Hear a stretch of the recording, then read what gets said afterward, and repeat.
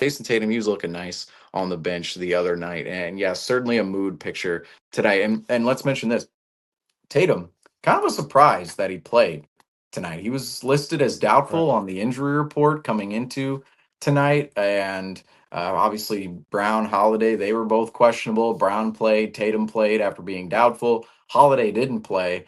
Uh, the injury report, sometimes I just sometimes some occasions you can figure it out. Like say after last game, or I should say game one, you knew okay, Tatum doubtful. That kind of meant okay, there's a lot of virtue signaling with the injury report. The doubtful with Tatum meant okay, Tatum he's not going to play this game, but he might be well enough to play game three. If he was just out completely, you're thinking, oh, I don't know how much time, but they listed him as doubtful. Then you come into today, it's doubtful again for Tatum, and then all of a sudden he goes and plays. And I was a Right. little confused by that, and then the questionable for Brown and Holiday. Didn't like to see that whatsoever. Jrue Holiday, I'll touch on him real quick. Was this just a rest day for Holiday? Was That's what it? I'm saying. Because What? I mean, what he was on the injury report? Was it?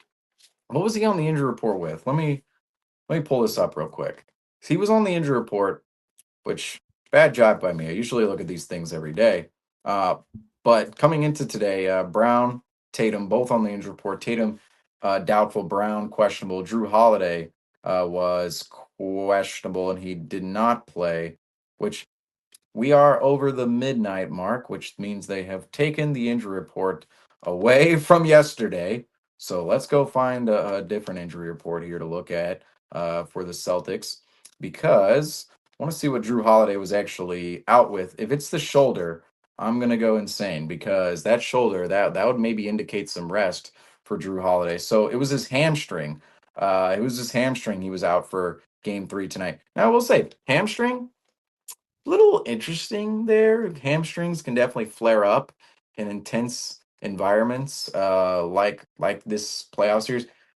When you're playing hard like that for a long, prolonged period of time, the hamstring's definitely something that could be delicate. The hamstring muscle could certainly be something that's a little delicate that's pulled over time. Maybe there is something there with Holiday when it comes to the hamstring. Not exactly sure. That does not to my to my view, Holiday being out of the lineup, that is a little concerning, especially if it was his shoulder. I actually think, looking at the injury report, I would have rather it be a shoulder and a rest day than looking at it and looking at a hamstring because when I look at hamstring, I'm like, is that actually legit? I feel like if he was resting, they would be listing the shoulder on there, the shoulder impingement, as they always did the entirety of the regular season. I don't know why they would go away from that now to put a hamstring on the injury report. That's why I feel like that could actually be something. That's the thing with the NBA right now. They need to actually give out real information and news. Right. Like the way I'm talking about it right now, we should never be talking about it in this way where we're going, oh, it's a hamstring. It's like, we don't really know. This could be fake. It's like this could be this or that. It's like we should just have like we should be able to read information and take it as gospel. Where it's like, okay, ta- Jrue Holiday, he's on the injury report, hamstring injury. Guess what he has? A hamstring injury. Instead, it's like, does he really have a hamstring injury? Does he not? What is this? Is he resting? I don't know. I'm not. The health with the Celtics in its entirety is a little concerning right now. Just from Brown's knee, you never know what's happening with that. Were the injections making him feel better? Are they going to wear off in time? Tatum's wrist is still a thing. Porzingis is always at risk for an injury. Obviously, as we see, he's already bloodied in this series. Holiday at the hamstring. The injuries so far they don't look too great for I the feel for like the it was a Seas. rest thing. It looked, and it felt in the late addition because it was just Brown and Tatum, and then all of a sudden Holiday pops up with like 3 hours until game time, and it just felt like something where it's like, okay, Holiday, like we're gonna play Brown and Tatum tonight, and we should be okay. Could be wrong. Again, you never know with these injury reports. The Celtics have gone away for the past like 3 years with putting Horford down for a left big toe injury. And so you just can't Yeah, trust it anymore. You just don't know what content of or context of the injury report's real. It felt like a rest day, and if that is the case, really inexcusable. It's the playoffs. If you're at 90+%, even if you're at 75%, I mean, you just play. You just play. It's the playoffs. Even if it's for 25 minutes, you play. And, Well, it's that's just what I'm frustrating. wondering is if it's like, was he at 75%? If he was at 75%, did they look at this game and go, not the semifinals, not the conference finals, not the NBA finals. Yeah, it's the playoffs, but Yeah. facing the Which is a Magic, it's like, terrible oh, just sit mindset. him out. Well, yeah, Right. I completely agree. We'll have to see what happens, obviously, in what the injury report looks like for Game 4. But I'll say either way, it doesn't look good. It's like either he rested in a game in which we lost by 2, or he's actually injured with a hamstring injury, which could 100% affect his productivity because you need that hamstring to shoot the ball. You need that hamstring to play good defense if you're Jrue Holiday. And if that is compromised, if his hamstring is compromised at this point in time, that could be concerning too. So either way, I don't think it really looks that great. And coming into this playoffs, these playoffs, I said it. I said, okay, Porzingis. Everybody's like, oh, Porzingis has to be healthy. Porzingis. I'm sitting there going, Porzingis, if he went out of the lineup, we have Horford, we have Cornette. You could throw in Kata if you really needed to.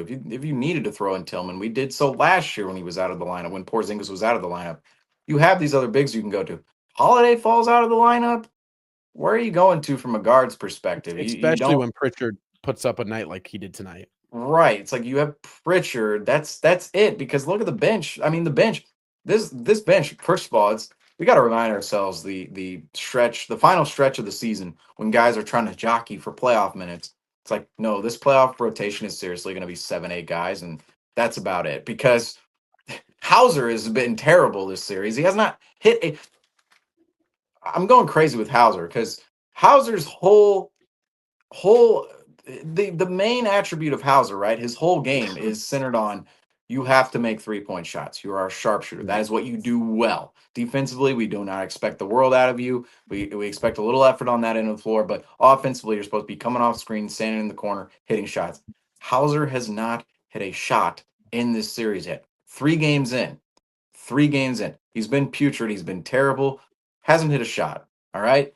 And do we see Shireman? Do we see Torrey Craig? It's like, no, they're just not going to play Sam Hauser. That's basically what's going to happen is the rotation falls to about 7 guys or about 8 guys, you could say, with Horford. I guess tonight it was 8 with Hauser because Holiday was out of the lineup.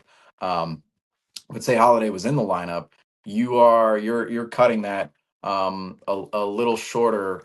Or I guess I'll say this: Holiday's in the lineup, you're cutting it from 9 to 8. If Holiday's out of the lineup, you're cutting it from 8 to 7. If you're the Celtics, which to me, 7 guys deep versus look at some of these other teams out there. I understand, Cleveland they have some mismatches, but they have a little bit of a bench. Oklahoma City Thunder certainly have a bench. I know we're looking a little far ahead here, but it's like, yeah, that Celtics bench, we talked about it. When everybody's healthy, the Celtics certainly have some depth.